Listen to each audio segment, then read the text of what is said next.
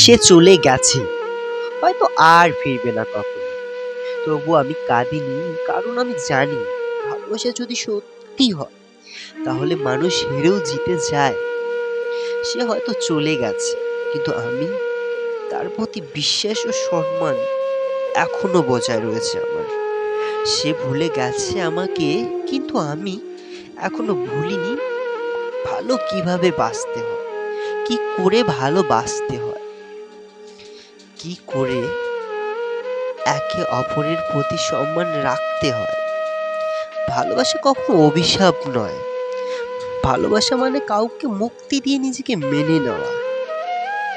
আশেপাশে নেই এটা সত্যি, কিন্তু আমার ভালোবাসা আছে তার পাশে, একদম ঠিক।